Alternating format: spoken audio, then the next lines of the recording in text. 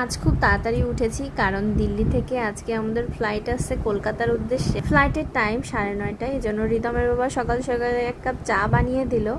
আর চাটা কিন্তু ভালোই বানিয়েছে। দিনের শুরুটাতে চাটা যদি ভালো না হয়, আমার কেমন জানি দিনটাই ফিকে মনে হয়। তো এরপর আমরা রেডি হয়ে নিলাম কলকাতায় যাব বলে।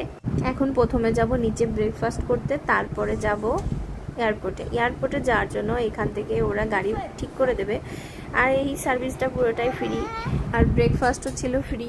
সব মিলিয়ে হোটেলের একদিনের সার্ভিসে আমাদের ভালোই লেগেছে, হোটেলটা ভালোই। আর এখানে স্মুদিটাও ভালো ছিল।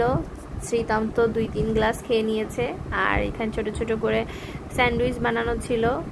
এখানে পনিরের একটা পাকোড়া ছিল, যেটা অনেক অনেক মজা ছিল। ডিম সেদ্ধ ছিল, চা কফি তো ফ্রি ছিল। এটা হচ্ছে পনিরের সেই পাকোড়াটা এত মজার, মনে হচ্ছিল সাথে করে নিয়ে যাই, কিন্তু আসলে এয়ারে এগুলো অ্যালাউ করবে না, এজন্য আর নেওয়া সম্ভব হয়নি। তবে অনেক মজা লেগেছে, অনেকগুলো খেয়েছি, পেট ভরে খেয়েছি। পেট ভরে খাওয়ার পরে আমরা এসেছি এয়ারপোর্টে তো অনেক হ্যাসাল হলো। একবার উপরে যেতে বলে, একবার নিচে যেতে বলে, এই করে করে অনেকটা সময় পার হয়ে গেল। 9:30টায় আমাদের ফ্লাইট ছিল, আধা ঘন্টা মতন লেট হয়ে গেল। জানি না কখন পৌঁছাবো কলকাতাতে।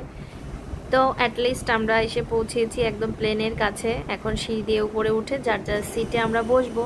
এরপরে বিদায় জানাবো এই বিশাল বড় দিল্লির এয়ারপোর্টকে। খুব মিস করব দিল্লি শহরটাকে, একদিনে কাছের হয়ে গিয়েছিল। রিতমের বাবাকে বলছিলাম বারবার যে আমি খুব মিস করব। ও বলছে কি আমরা আবার আসবো, তুমি টেনশন করো না, আমি তোমাকে কথা দিচ্ছি আমি আবার আসবো, আমরা আবার আসবো।